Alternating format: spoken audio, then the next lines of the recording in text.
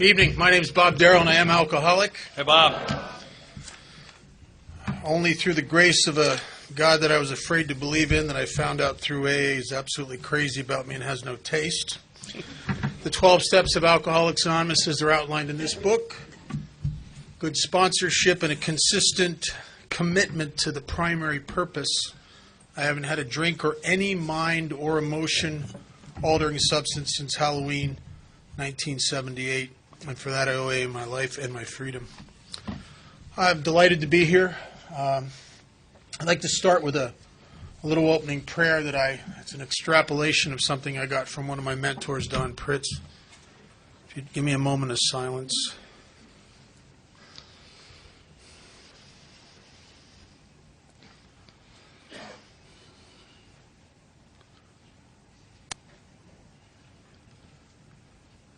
Lord, help me to set aside everything I think I know about you, everything I think I know about myself, everything I think I know about others, and everything I think I know about my own recovery, all for a new experience in you, Lord, a new experience in myself, a new experience in my fellows, and a much-needed new experience in my own recovery.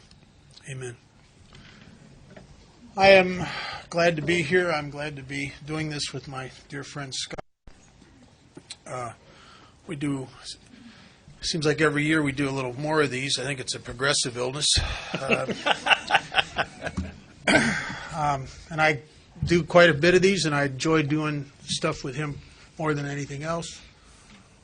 A couple of things, for our curiosity.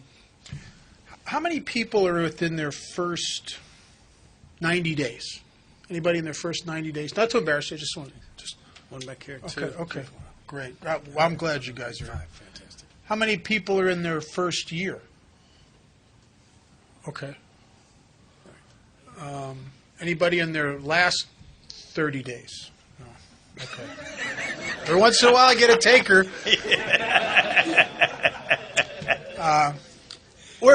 I can't speak for Scott, even though I think we're so much on the same page about everything, but I don't consider myself an expert on the big book or on any of the three legacies, and we do have three in Alcoholics Anonymous, and they're equally important. And we're going to be covering a lot of one legacy this weekend. And it's like a three-legged stool. It's an important leg, but if it's all you got, it's a hard juggling act to stand on a one-legged stool.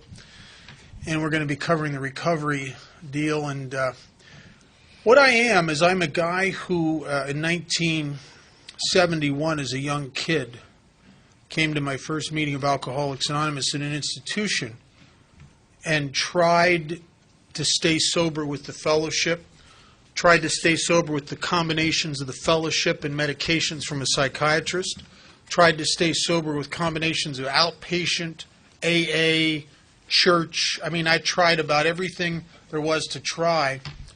And in 1978,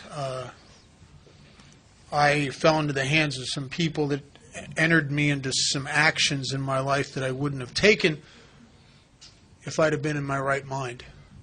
And they took advantage of my weakness in a moment of desperation and got me to do some things I normally would have never done. And I continue to do this to this day. And eventually they helped me to put this process into my life, and I've never been the same since. And those of you who have worked this, done this deal, put this into your life, it's almost like you feel compelled to try to pass it on to anybody who'll take it. You can't help it. It bursts out of you. And it has burst out of me for all these years. And I love talking about this stuff. I'm not a step technician. Matter of fact, I'm a guy who does exactly what Alcoholics Anonymous tells me to do, is that share my actual experience. And some of what we're going to talk about this weekend, don't mistake it for the answer. The steps and the process is not the power. It's the vehicle to the power. And I think sometimes in AA we're in danger of creating some sort of new 12-step religion where we worship the process and forget what the point is. and we engage in this experientially to describe a path that in our experience we've taken that has led us to the power. Scott? Thanks, Bob. I'm Scott Lee. I'm alcoholic. And very grateful to be here and honored to do anything at all that has to do with this fellowship that's touched my life and saved my life and changed my life. I'm deeply grateful and very moved to have the chance to come here and share with you what's been so freely given to me. I also am not an expert on this. I'm a student of it. And I have been blessed to have some pretty fabulous mentors. I would like to open with a couple of things. For those of you who own cell phones, there must be at least one or two. Everybody here would like to look at your cell phone right now. Why don't you get it out and then open up and show it to them that you've either got it turned off or you have it set on stun. Okay, if you could do one of those, I think that would be really nice. And yes, because we have some space cadets here, they should know about that. And I like to open anything that I do with a quotation from Lois Wilson, co-founder of Al-Anon. Was asked one time what she did in the moment of silence, and she said, we have it I don't know how they do it here. A lot of places around the country, they have a moment of silence and then the serenity prayer. Someone asked her what she did in the moment of silence, and she said, I invite God to the meeting. And it's not that I don't believe God's here. I believe God's here. But I get a special gift when I stop and honor that presence. And that's what I use that moment of silence to do, is I literally invite him. Don, that he mentioned, was also my great teacher. And Don told me a lot of years ago that he had learned to treat God like a gentleman. It was his experience that gentlemen didn't go where they weren't invited and they didn't stay where they weren't made welcome. And so it's my job, I believe, each morning. It's one of the first things I do when I wake up is to invite God in to run my life. Not give me some help, but run it. And then I try to conduct myself during the day in a manner I think will make him welcome. And that really kind of ties it all together. With this many new people, there's a pretty good chance somebody here doesn't have a God, if that's your situation. I'd like to invite you to borrow mine while we're here for this weekend. You can address him as the God of Scott's limited understanding, get you off right there on the right foot. And by the way, if you brought a big book with you, you might want to bring it. We're going to do a lot out of the book. So if you got one in the car, you might want to bring it. Page 46, there's a paragraph that begins at the bottom of page 46 with the word much, and with any luck at all, I will get back to the prayer thing here in a minute, but I think I'm making kind of an important point. It was for me. Bottom of 46, paragraph begins with the word much. If you count 3 lines up above that, it says it was impossible for any of us to fully define or comprehend that power which is God. So this God as you understand it thing doesn't mean I'm going to understand God. Miss Linda says that if God were small enough for me to understand, he wouldn't be big enough to handle some of the things I'm going to need for him to handle. So this is not about me understanding God. It's about I don't have to believe what anybody else ever told me. And that gave me a great freedom. The other thing that I do in the moment of silence is I ask God to help me not judge any of the speakers. You don't have to do that. But I'm going to tell you right now that meetings got better everywhere for me when I started doing that. So if you would, let's take a couple of moments of silence. Let me ask you if you would be willing to just invite your God or borrow mine to join us and bless us with open hearts. And we'll follow that with a serenity prayer.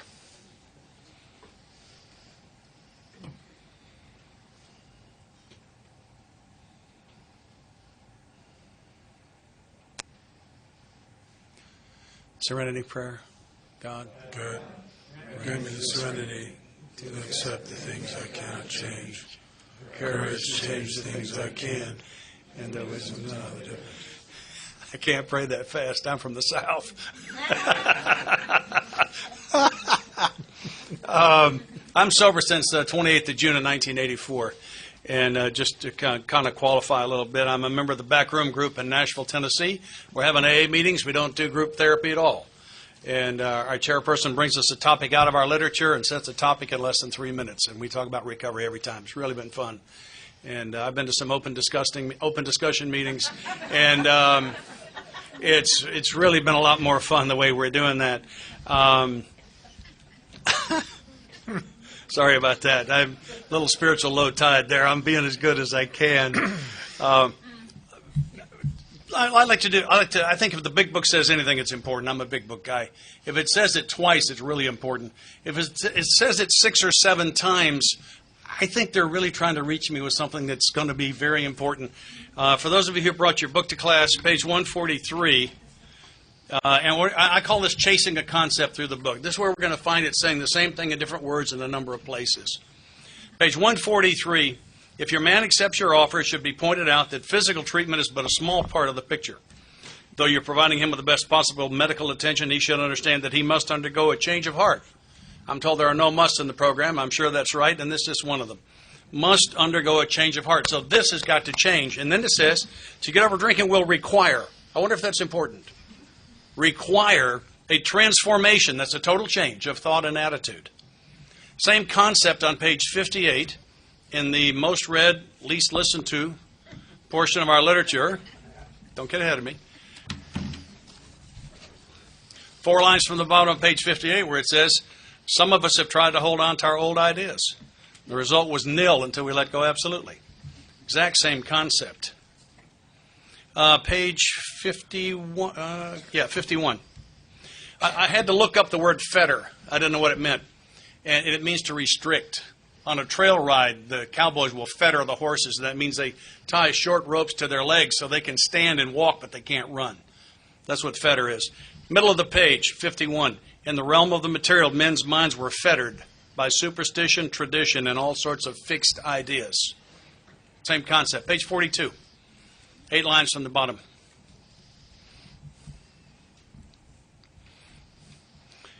It meant I would have to throw several. One is one, a couple is two, several is more than two. It meant I would have to throw several lifelong conceptions out of the window. Page 27. This is Carl Jung, arguably the greatest psychologist, psychiatrist of all time, telling Roland Hazard that he's in real trouble. Dead center of the page. Ideas, emotions, and attitudes, which were once the guiding forces of the lives of these men, are suddenly cast to one side, and a completely new set of conceptions and motives begin to dominate them. Page 1.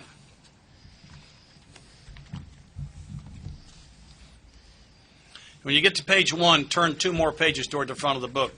So those who are in 3rd edition, those who are in the 4th, that works every time for both. Bob and I are both carrying 4th editions. Our newcomers have got 4th editions. Many of us get so we're on the 3rd. And the Roman numerals don't match. And the last time I checked, the newcomers were confused enough. They don't need for the Roman numerals. So that's why we're carrying 4ths. Paragraph begins at the top of this page with "on the other hand." On the right-hand page, if you count up 3 lines above that, it says this is repeated over and over.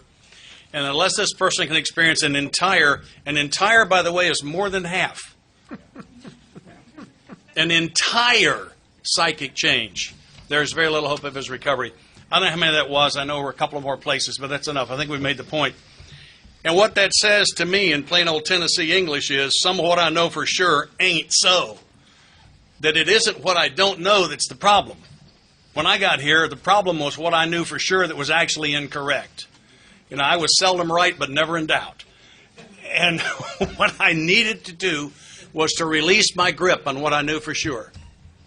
Some of us have tried to hold on to our old ideas. I think everything I've learned through noon yesterday is now an old idea. So I've got to let go of those things. And here's one of my old ideas.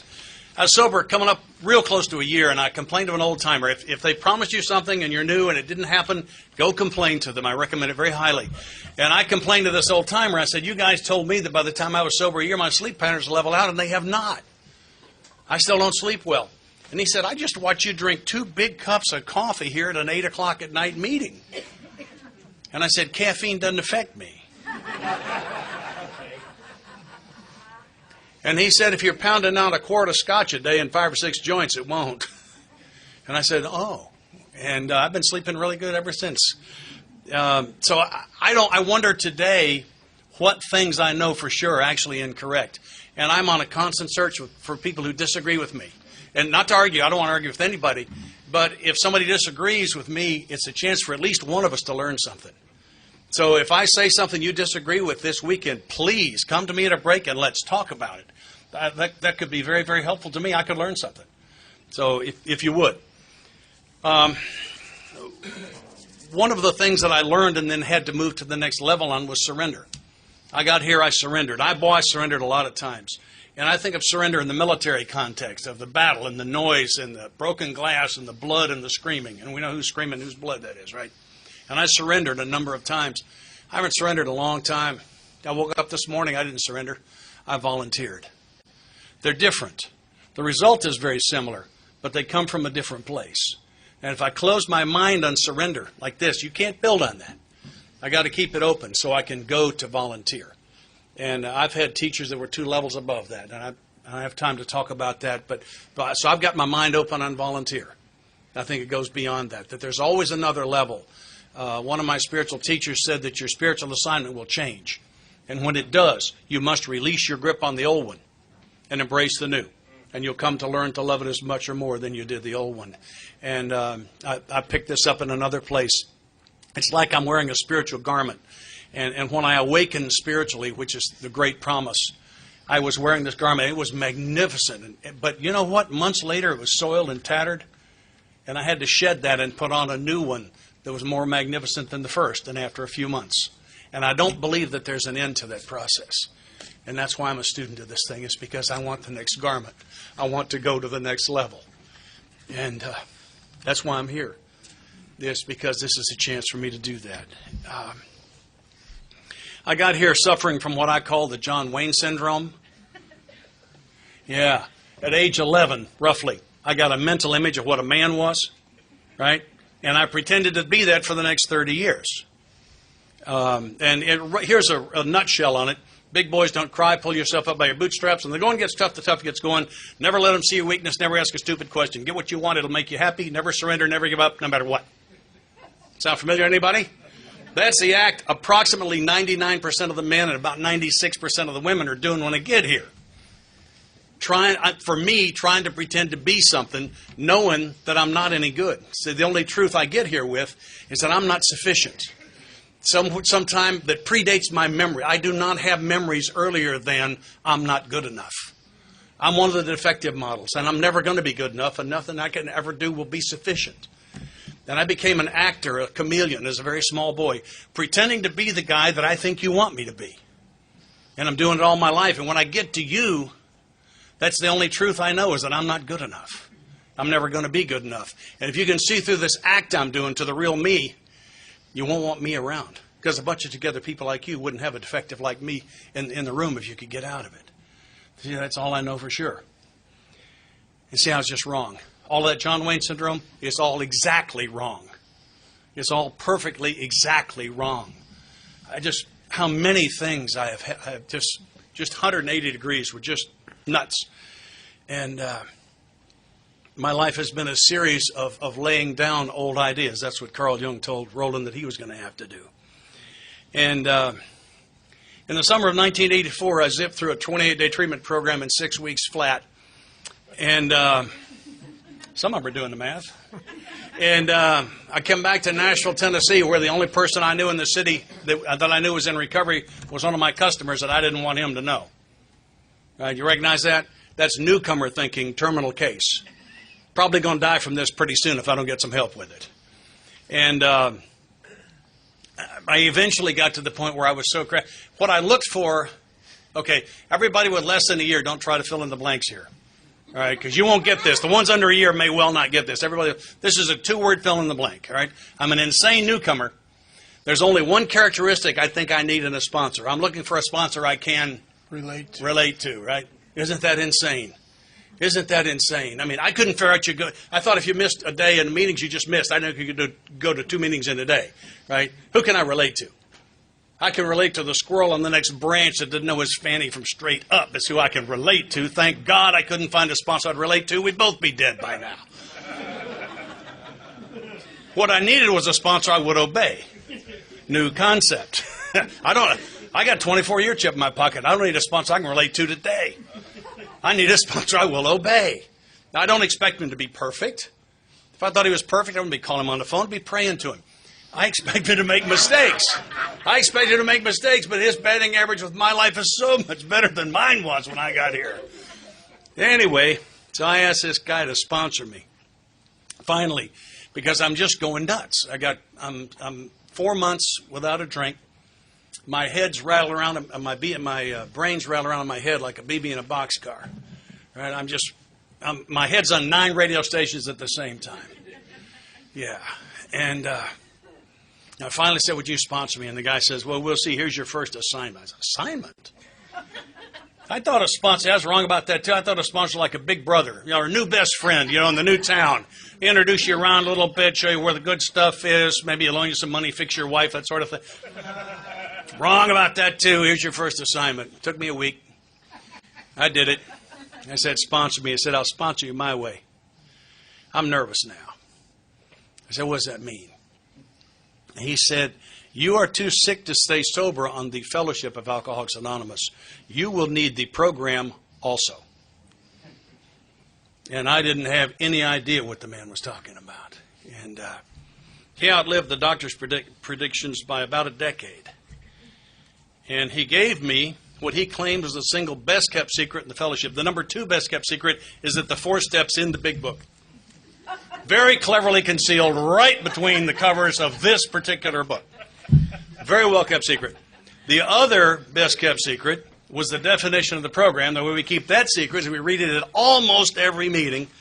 It's on page 59 where it says, here are the steps we took, where it's suggested as a program of recovery. No steps, no program.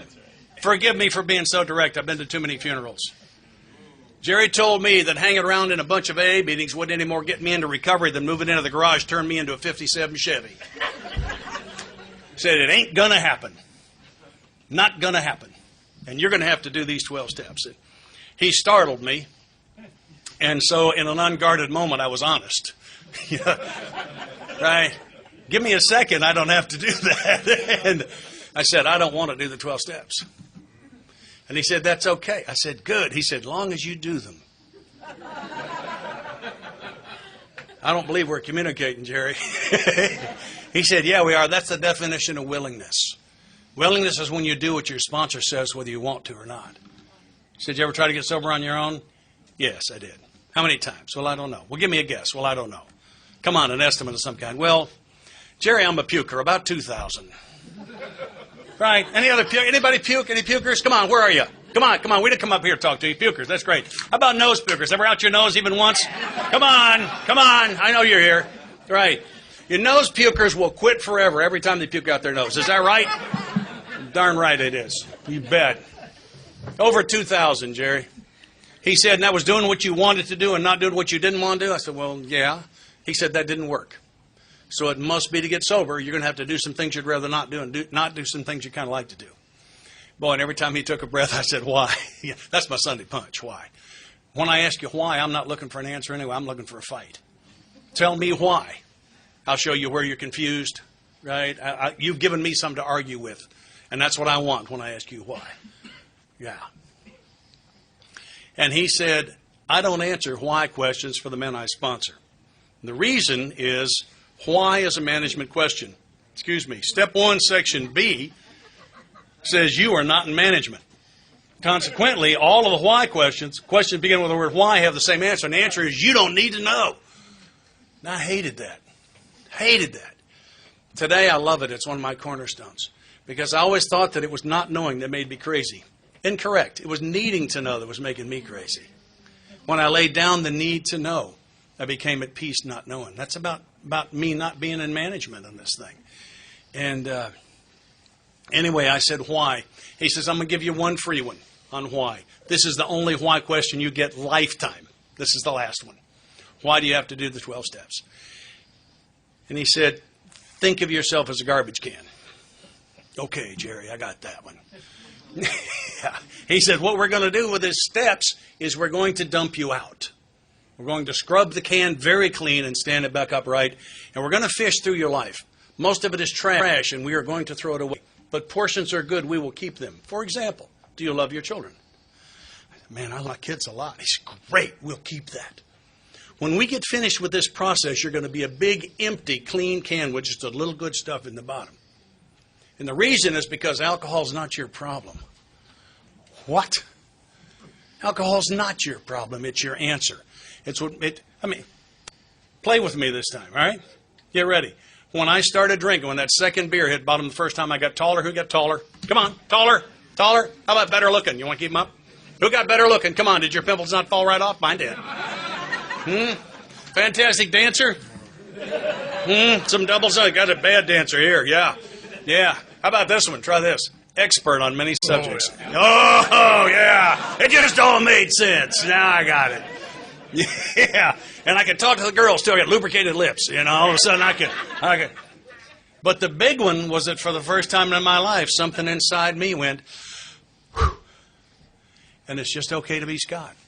See, it never had been before. Never had been. And he was right. And alcohol was never my problem, not for a second. That's why the non-alcoholics can't understand. They look at a guy like me and say, alcohol is his problem. They're wrong. It ain't. Never was. I stand by that right now. Alcohol was my answer. And he said, that's why you can't put it down on your own. You put it down, but you can't leave it down, and the reason is because it's your answer. So when we ask you to lay down that answer, this is the only thing that ever made your life work. This is the lubricant of life. Let's lay that down. That leaves you without an answer. And you're the kind of guy who needs an answer. You've never been an alcoholic. It is that simple. And what you're going to have to lay it down and leave it down is a new answer. And the new answer is going to have to be at least as good as the old answer. And he said, that's what this step process is about. That's exactly what it's about. And he said, our program is a little bit like going to the dentist. We're going to have to drill before we can fill. And he said, but like the dentist, we got Novocaine. We called it home group. We called it sponsorship. We called it fellowship. We called it love. It's not that hard. It's not as hard as the way you've been living. Guys like us have done it. It wasn't that hard. Not as hard as it looks. And he said he'd never seen anybody in and out of the program, and I'll be honest with you, I never have either. I've seen a lot of people in and out of this fellowship. I haven't seen anybody in and out of the program. I have not personally seen anybody do the steps, work the steps, take the steps. I really don't care what the action verb is. It's not learn the steps, understand the steps, or interpret the steps. Save me. But actually do the work in here while being coached by a sponsor who's already done this and stay active in the fellowship and drink again. Has anybody seen that? I've asked way over 100,000 AA members that. I speak at a lot of conferences. And I always ask that question.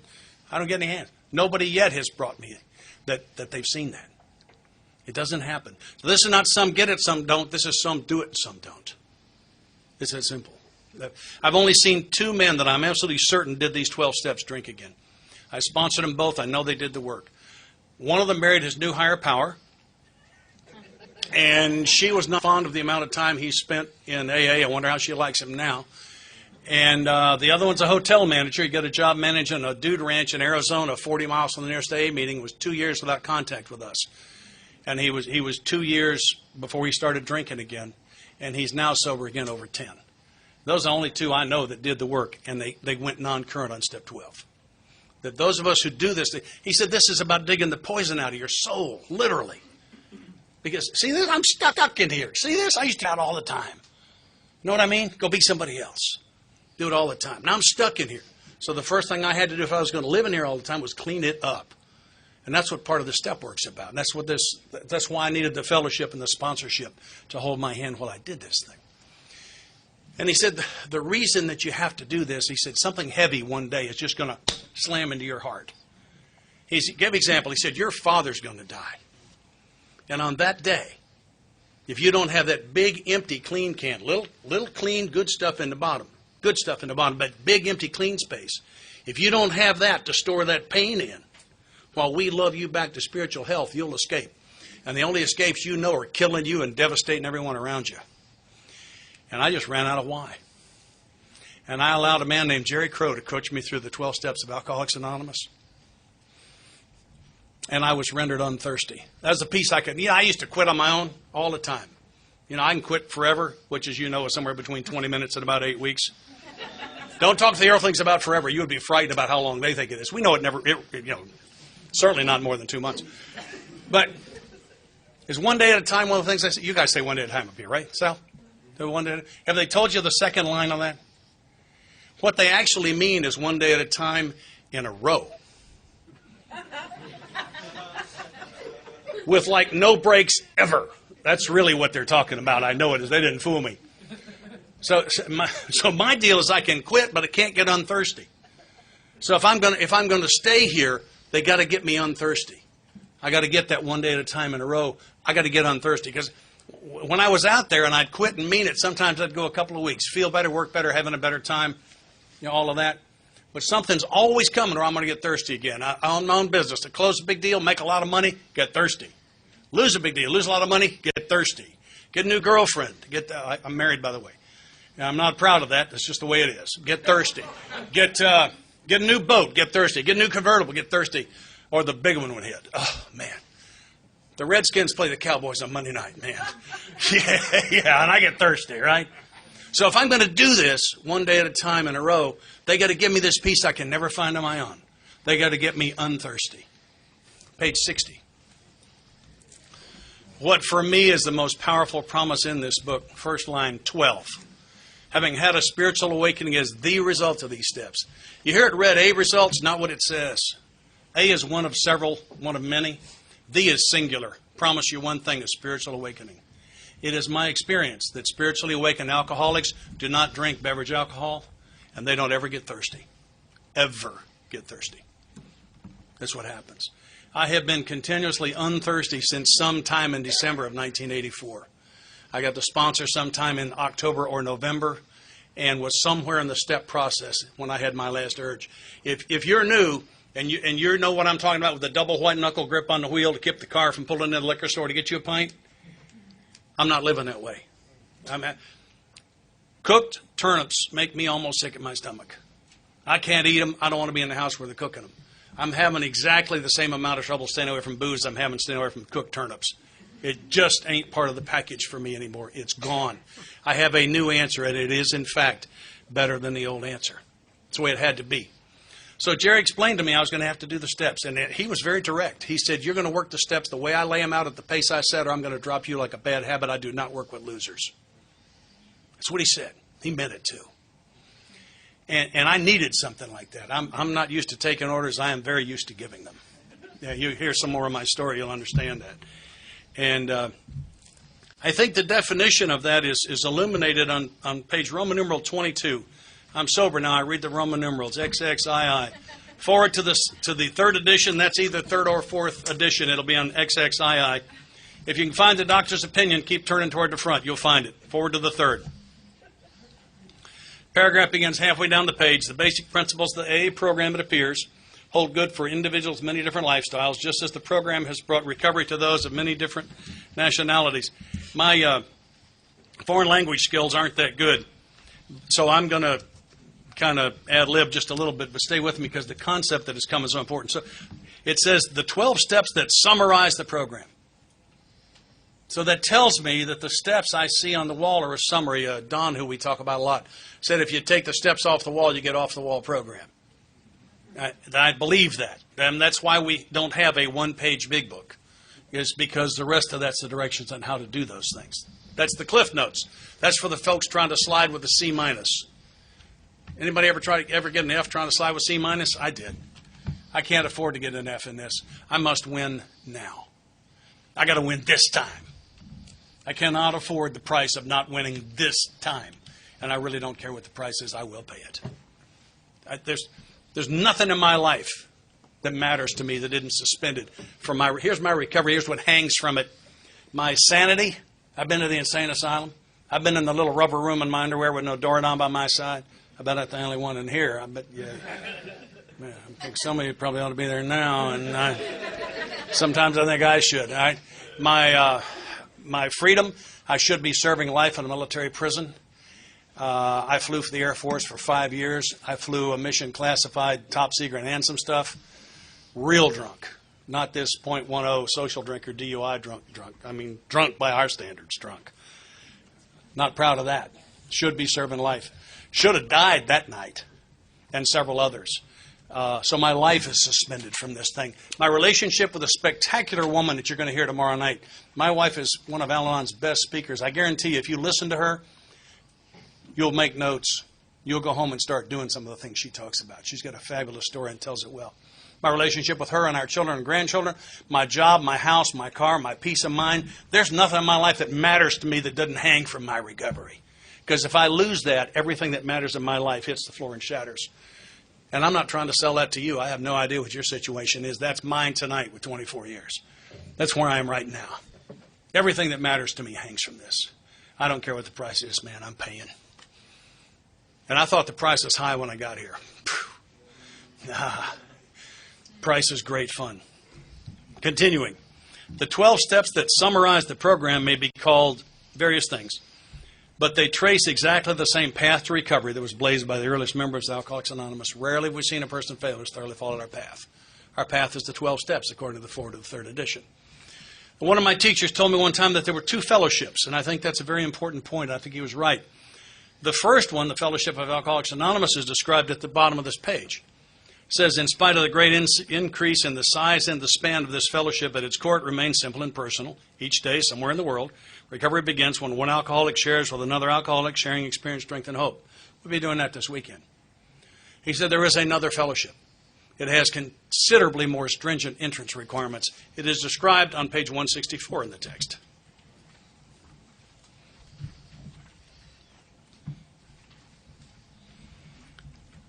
Last full paragraph at the bottom.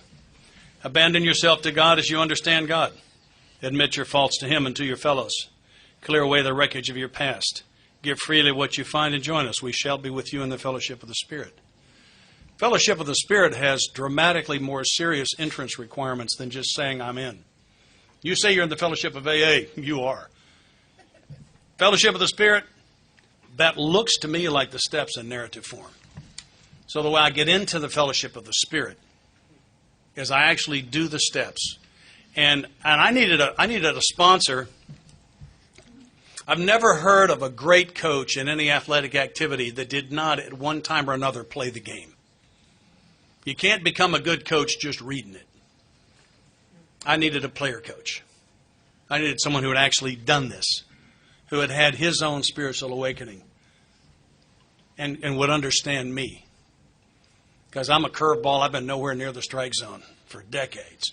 And he would understand that and help me understand how to get from where I was to where he was. I have a single goal for the men that I sponsor. My goal is for them to outgrow me spiritually. I can't think of another worthy goal. And I believe that's the one he had. Bob. Thanks, Ed. I'm Bob Darrell. I'm an alcoholic. In talking about the 12 steps, we're going to cover a lot of stuff out of the book, but probably, in my view, more importantly, actual experience. Alcoholics Anonymous is transmitted best when you bring personal experience together with what's in the book. And sometimes in helping other alcoholics, I've found that my mistakes and my failures are as valuable, if not more valuable, than the things I've done right. Because people connect to that. They go, oh, I'm that knucklehead too. Right? I came to my first meeting of Alcoholics Anonymous in 1971. I wasn't old enough to take a legal drink yet. And I was in an institution. And I observed some things in AA, and I observed some things from counselors, and I was told some things, and I concluded that I was an alcoholic because of my obsessive drinking. And I've come to understand that that's not true. I drink obsessively because I'm alcoholic. And it sounds like the same thing, and it's not. Alcoholism doesn't come in bottles and bags, it comes in people.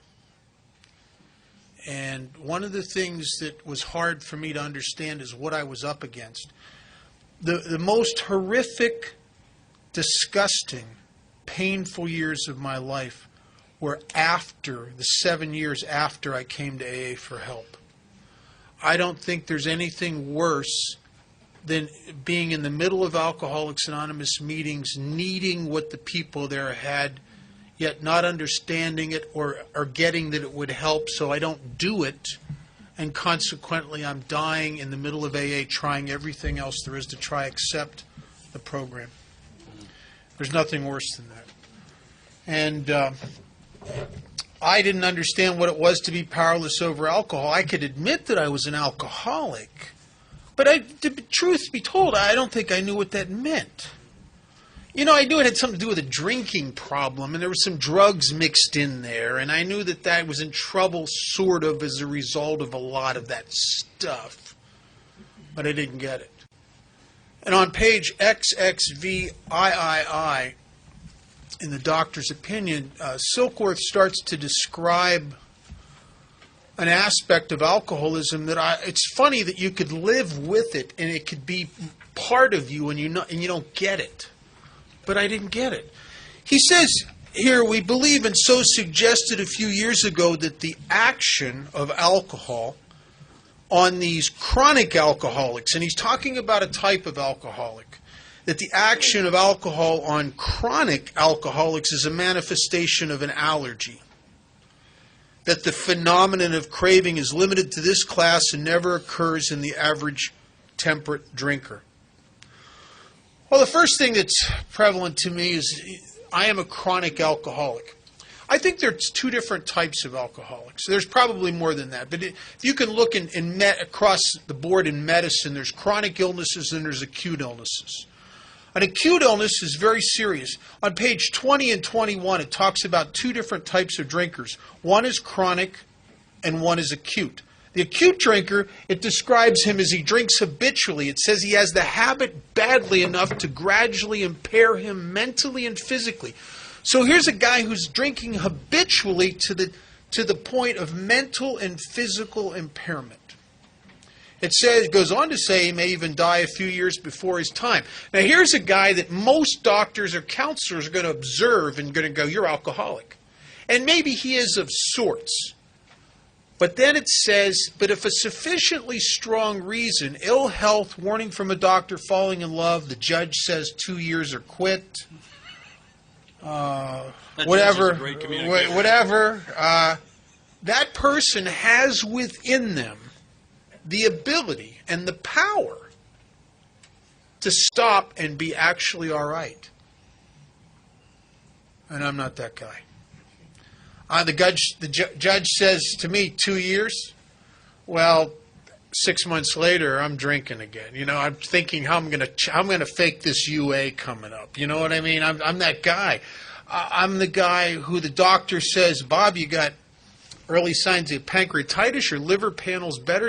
As bad. You keep drinking, you're going to die. And I will get a fifth of whiskey on the way home to think about what he said. Right? I'm a chronic alcoholic, and a chronic illness, unlike, say, pneumonia, which is an acute, which can almost kill you, but if they load you up with enough antibiotics, they can knock that pneumonia out once and for all. I'm like a diabetic, people with certain types of heart disease. The stabilization of my condition is but a beginning in a lifetime of treatment. It's but a beginning. I am not the acute alcoholic. I'm the chronic alcoholic. And Silkworth says, if you're a chronic alcoholic, then the action of alcohol on me is a manifestation of an allergy. Well, I know a little bit about allergies. I have a mild allergy to cats. I love cats, but if I get around cats, in about 45 minutes in a room with cats, my eyes start to itch and water, and my nose starts to fill up. I can even get a little tight feeling in my chest. So the first time in a treatment center in the early 70s that I hear people talk about this allergic reaction to alcohol, I don't get it. And they tried to tell me that instead of breaking out in a runny nose or hives, I break out in this phenomenon of craving, but I can't see it. I can see that I'm in trouble. I can see that I get drunk a lot. I can see I go too far. But I can't see the phenomenon of craving. And the reason why I can't see it is there's a line later on in the book that says the alcoholic's problem lies mainly in his mind.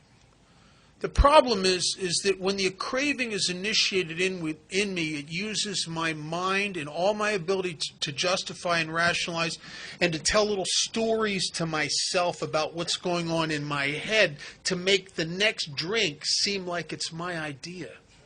I don't get that I'm being driven by a phenomenon of craving. And the allergic reaction in me works kind of like this. I'm not going to get drunk tonight. but I'm going to have a couple drinks just to kind of go, just to relax a little bit. Well, there's a point somewhere between the beginning of the first drink and the end of the second drink when a feeling comes over me. And it sometimes it's if I'm having a really bad day, it can be a very dramatic feeling. Sometimes it's just a kind of a subtler kind of easier feeling. But the allergic reaction is to that feeling. What happens is in me as I start to feel that feeling, it lights something up inside of me that just goes, oh yes, come on, come on. And I get a feeling that it's like I'm about to become so wonderful that the world won't be able to stand it. Maybe on the next drink. And so I drink one more. I'm the alcoholic. I was up in Boston on spring break one year. Some guy had a bunch of pills. It's funny. I don't even ask him what they are. Just thank you, right? I don't even know what they are. That was back. I was part of the I wasn't part of the just say no generation. It was just say thanks. Just right. And it ended up being animal tranquilizer, right? A bad dose of animal. Well, I'm in the party. And I'm laying on the floor, and I can't get up, and my mind's awake, and I'm laying there trying to talk people into bringing me a drink, right? Right? Because if I'm start drinking and I'm still conscious, I ain't done drinking. You know what I'm saying? Now, I don't get that's an allergic reaction to alcohol. And Silkworth says that this phenomenon of craving is limited to us, to this class, and never, ever occurs in the average temperate drinker, and it never does. If you've ever watched a non-alcoholic drink, I had an ex-girlfriend about 15 years ago that wasn't an alcoholic, and my sister is not an alcoholic, and I've watched. Matter of fact, just a couple of weeks ago, I was out with my daughter and my sister had a drink, and I like to watch my sister drink. I mean, I'll watch my sister drink like your dog will watch you eat a cheeseburger. You know what I mean? Al-Anon, do you hear me calling? I mean, I watch my sister drink. Because I look in her eyes. I want to see the thing happen to her, right? And when my sister drinks, I can see it in her eyes when the feeling starts to hit her. It starts to come over her. Right? And in her normal, healthy, non-alcoholic wiring, when she starts to get that feeling, she goes, whoa. And she shuts her right down. It's inconceivable to Marge to ever get knee-walking, crybaby drunk. She won't do it. She won't sign up for that. Because she gets a feeling when she drinks like she's starting to lose control. I get a feeling like I'm getting control. It does something for me that it doesn't do for her. And that's why I'm alcoholic. I react differently to alcohol than other people. And it's a hard thing to see. It's very subtle. I remember one time I had this job, and it was actually before I got sober, probably the last job of any consequence that I had. And like a lot of us, I have this job for one reason only. I need cash flow to keep the medicine coming. You know what I mean? That's really the bottom line.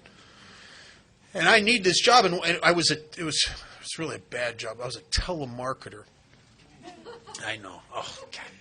And I couldn't do it sober, but I was really good at it when I was drunk. And so because I was one of their top salesmen, they made allowances, and I could go in there and I'd drink on the job. And when I'm drinking, I mean, I can sell some stuff when I'm drinking. And one day the boss comes into me and he says, listen, you're drinking again on the job, which is I'm drinking every day on the job.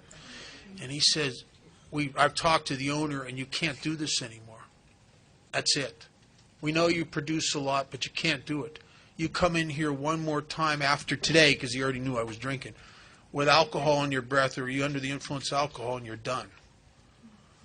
Well, the next day, I get up and I'm not doing too well, and I need a drink, but I can't drink. So I go in there and I tough it out.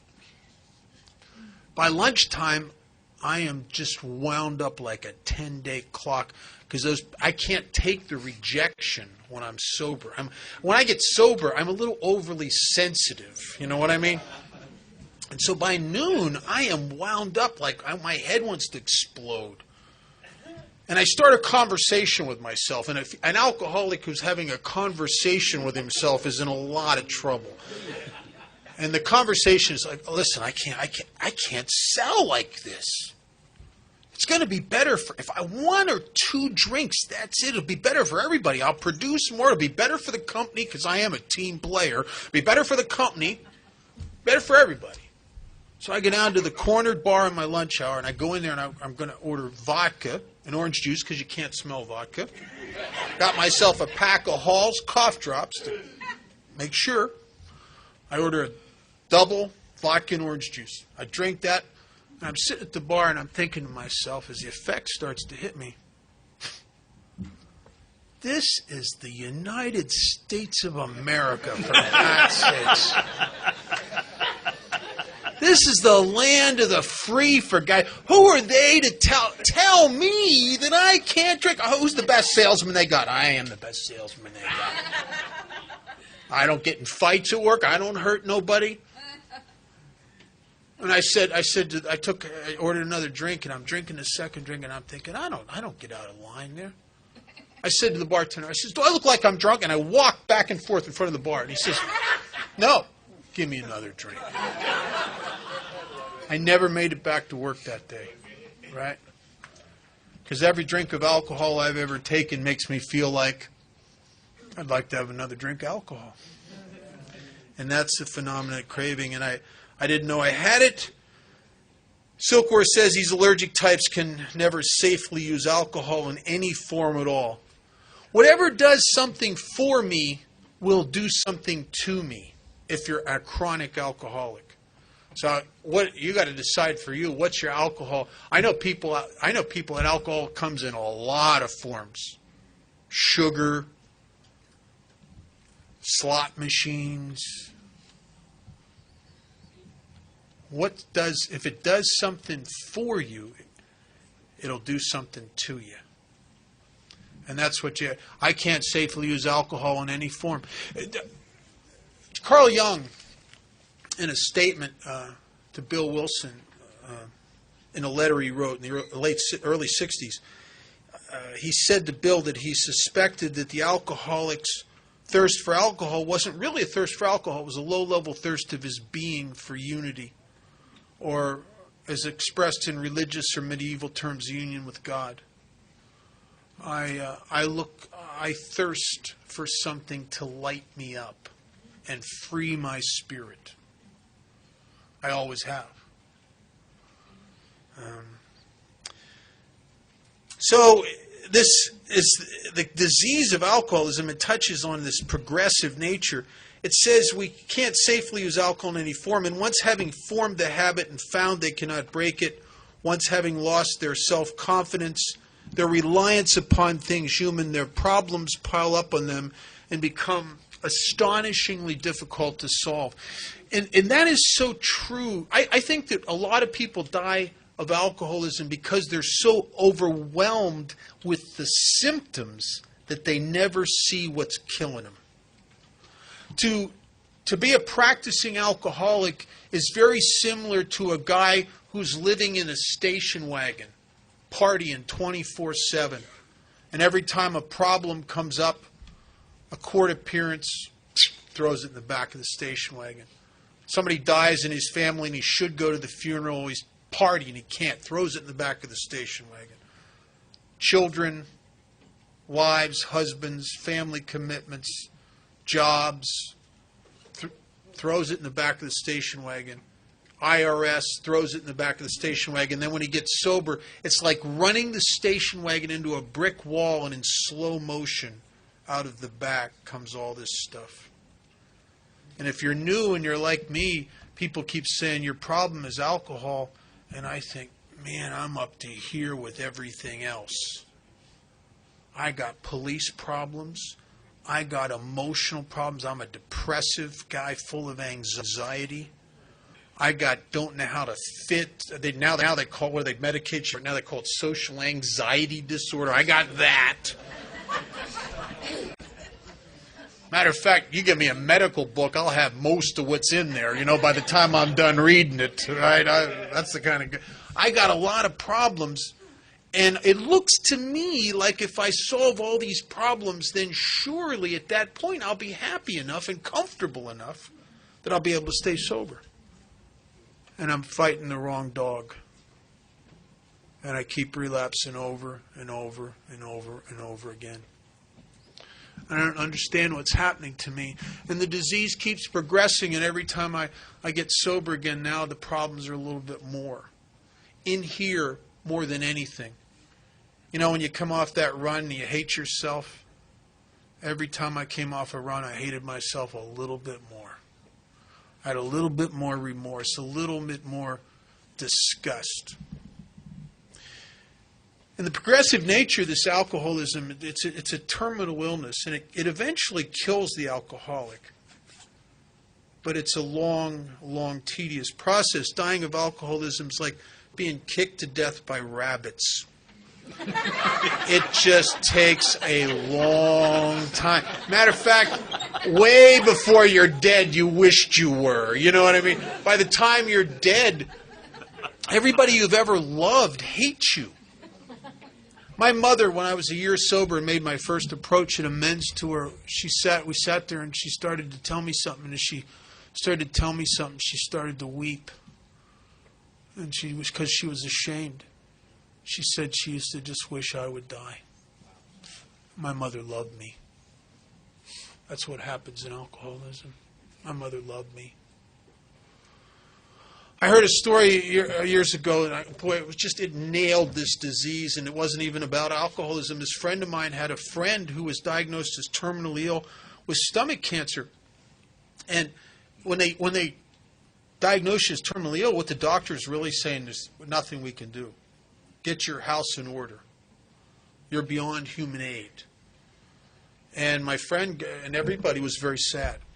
And then about 2 months went by, and he heard that there was a doctor that was going to perform surgery, and he got excited. He says, oh my God, they found a doctor who knows what he's doing, for God's sakes. A doctor that's going to go in there and take this cancer out. And he calls up, and he was excited, and he says, man, they're going to get the cancer. And they said, no, they're not. Well, then why are they doing the surgery? Well, they're going to cut out sections of his stomach and intestines and all his internal organs to make room for the growth of the cancer so his last days on earth aren't excruciatingly painful. And alcoholism is a lot like that. Your job is getting in the way of the progression of the disease. I'm telling you, alcoholism will cut your job out of your life. Your children, no matter how much you love them, are getting in the way of the progression of this disease. I'm telling you, alcoholism will cut them out of your life. Your mate, no matter how much you need them and love them, alcoholism will cut that out of your life. Your morals, your self-respect, your values, alcoholism will cut those things out of your life because it has power, and it perpetuates itself. I think alcoholism has stronger survival instincts than we do. It's an amazing disease. And if you think that's crazy, what happens to new people when first time they're told to write an inventory? How heavy does that pencil become? I found myself, the only time I've ever hand washed my car by myself since I've been sober was to avoid writing on the inventory. I'd go out and wash my car, and I'd be telling myself, well, I'm washing my car. This is good. Right? Where does that come from? It's almost like it's this power unto itself. It's crazy. It's crazy. The bottom of the page, Silkworth starts talking about another aspect of this powerlessness. If the phenomenon of craving and the allergic reaction to alcohol was all there was to chronic alcoholism, then treatment centers would turn out winners. Because a treatment center would educate you on the biochemistry of the phenomenon of craving. You would get it. You would see that you can't take the first drink because you're bright and you're not self-destructive. You'd say to yourself, "Oh my God, I'm never going to take that first one again." I'm a little curious. It's just a show of hands. How many people in this room have sincerely swore to themselves they were never going to get high again and then did after that? Anybody?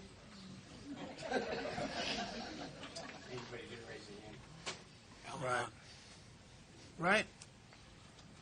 Because there's more to it than that. The knowledge of the phenomenon of craving and the knowledge that you have this thing, God, if that were only enough. But what is it? What is it about me that drives me back to drinking after I've sworn to myself with everything in me and mean it that I'll never touch it again? After 5 or 6 treatment centers, when I got the education, you could turn the volume off on a Father Martin movie and I can do the words. I mean, I've been to so many treatment centers. And even with all of that, well, Silkworth starts to touch on that at the bottom of page XXVII. And this is really the first time in the book that I started to get a little bit of a glimpse of what was really killing me, what I've come to understand is this malady of my spirit. Silkworth says men and women drink essentially because they like the effect produced by alcohol. That's true for everybody. My sister likes it. That's why she drinks. She likes the effect. She just likes a little bit of it. But I think it's more than that for me. I think I don't just like the effect. I think somewhere I thirst for the effect. I need the effect. And why would I do that? Well, Silkworth goes on to talk about that further down. But he first says a couple things that are very important. He says this sensation, this deal that I get from it, is so elusive that while they admit it is injurious, they cannot after a time differentiate the true from the false. To them, their alcoholic life seems the only normal one. There's a word that started seeping into Alcoholics Anonymous from therapeutic treatment centers and places like that back in the late 70s. The word is denial. Alcoholics Anonymous does not use the word denial. See, I can't differentiate the true from the false. I can't. When the thirst of my being is on me, I can't see that I can't even quench it with alcohol no more. The days of taking 5 or 6 drinks and playing with a band and singing, and the days of shooting pool and dancing and having fun and laughing with the guys, I can't see when the thirst is on me that what I do now is I drink and I feel sorry for myself. I drink and I go on crying jags. I drink and after a day or so I stop bathing because there's no fun in the party and I don't care about nothing. I drink for oblivion. It's not fun anymore. It's pathetic. It's pathetic. But isn't it funny that I have an absolute inability to see that truth when the thirst is on me? I can't see it. Alcoholism uses your own mind against you. That's why no matter how much determined I was not to drink, I always go back to it eventually. If you're an alcoholic of my type, a chronic alcoholic, and there isn't some sort of major transformation within you to quench that thirst, the question is not if you're going to drink again. The question is simply when. It's an absolute inevitability. And Silkworth goes to talk about the dynamic that makes that so. And if you can connect the dots within you with this, then you'll start to know a little bit about what you're up against. And he's talking about us when we're sober, and he says, I am restless. This is when I quit drinking. I become restless irritable and discontented unless I can again experience that sense of ease and comfort I had once, but not anymore, once found in taking a few drinks. Drinks which I will see others taking with impunity without punishment. So what happens to me is that when I stop drinking, there's a period, not in detox that you're fighting the withdrawal, but after the withdrawal starts, there comes a period I start feeling a little better physically, and then I get my hopes up of all the things I'm going to do now. I've turned over a new leaf. I'm going to do this. I'm going to do that. I'm going to do this. It's going to be great. And I'm like a balloon that you blow up and then let go. It goes like hell for a while, but it runs out of gas eventually. It always runs out of gas eventually. And I'm like that. And what happens to me is these feelings of this that come from this disassociated, sick, depressed, disconnected spirit start to overcome me. The feelings of restlessness, and if you're an alcoholic, you know that feeling. It's a sense that wherever you are, it's not where you need to be. Now, I don't know where I need to be. It's just not here. You know what I mean? You know that feeling? It's just that, I can't get settled anywhere. I'm irritable. I don't know that I'm irritable. And I don't believe I'm irritable because I don't like irritable people. And I'm not really irritable, but when I quit drinking, I can't help it if I just see how stupid everybody is.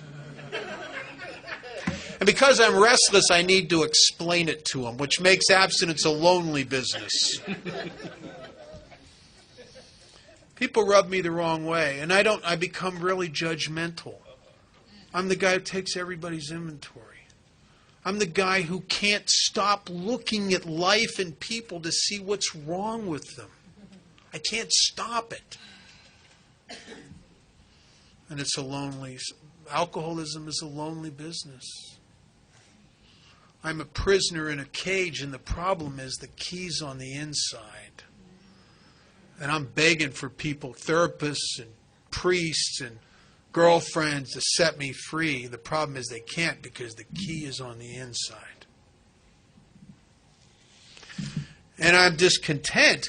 And I don't know what's wrong with me, but I'm kind of an obsessive nature, I guess. I think Alcoholics Anonymous, unbeknownst to me, a therapist told me this, that it has somehow changed me for the most part from a type A to a type B personality. But I was a type A when I was the wound up guy. When I first got sober, I smoked 3 packs of cigarettes. I used to light a cigarette with a cigarette, right? I couldn't sit still for more than 10 minutes, really. I was not, because I'm that way and obsessive, I'm always got my crosshairs out, looking for stuff that's going to make me better. I'm always looking for stuff. And I find stuff all the time.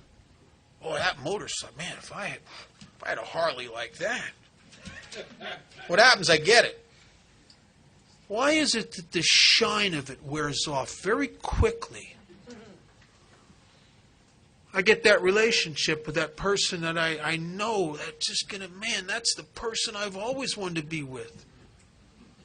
I'm not with that person very long, and the shine of it wears off, and I just start noticing what's wrong with her, And I get that job, that big money, buy a house, own a boat, and a motorcycle kind of job. I don't have that job very long, and the shine of it wears off, and they're taking advantage of me, and I'm the only one here that's doing it right. Chronic malcontent. I got this hole inside of me, in the center of my being, and an obsessive nature that's constantly trying to fill it up with stuff. And no matter what I grab onto, the end result is that disillusionment again. as the bottom falls out and I'm back to being me again. One of my great mentors, a guy probably helped me more than anybody, was a guy named Chuck Chamberlain. Chuck used to say, if you're an alcoholic, you will eventually get to a point where you can no longer put anything between you and you. And there you are.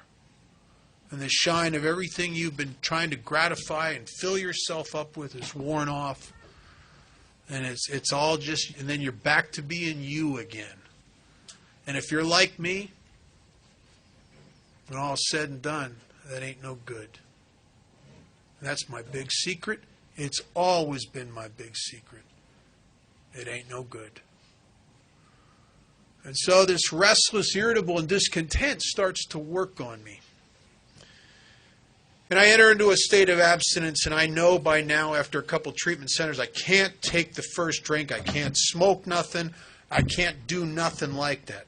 And so I get into a just say no, I really mean it this time mindset. And if you're an alcoholic of my type, you can say no. Say no a lot. No. No, I'm not smoking anything. No pills. No social heroin. No, nothing. No, I'm telling you, no. Listen, I'm a grateful alcoholic here, for God's sakes. Don't offer me nothing. No. I said no. Well, okay, a little bit. And if you're an alcoholic of my type, there's a yes in every barrel of no's. It may be at the bottom of the barrel. It may be at the top of the barrel. Sometimes I got high the day I got out of detox. Other times it was 10 or 11 months down the road. But there's a yes in every barrel of no's, unless something in here changes. And Silkworth goes on to talk about that. He says, after they succumb to the desire again, as so many do, because it wears on me, no matter how tremendous my resolve is, untreated alcoholism just wears on me day in and day out. And I try to be positive. How you doing, Bob? Oh, work better, feel better, having a better. I try to think, I'm just so grateful to be sober. Right? Right? I try to be positive. But in here where I really live, this ain't no good. And if you're an alcoholic of my type, by the time you get to AA, I mean, you've had some people telling you about you. You've had some people telling you about you. Maybe it's been your mother and father. Maybe it's been your lover. Maybe it's been your boss. Maybe it's been your clergy. Maybe it's been your therapist. Maybe it's been your counselor. Maybe it's been your siblings. Maybe it's been your neighbors. Maybe it's been your drug dealer's been telling you there's something wrong with you. Maybe your bartender. Maybe your really bad strangers on the street start telling you about you. And they're all telling you the same thing, aren't they? Aren't they really saying, Bob, Bob, you're really screwed up, Bob.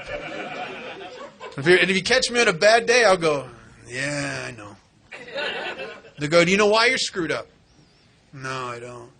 Well, Bob, you're screwed up because you keep getting screwed up. If you didn't get so screwed up, you wouldn't be so screwed up. So I'm pretty screwed up, I think. Okay, I'm not going to get screwed up.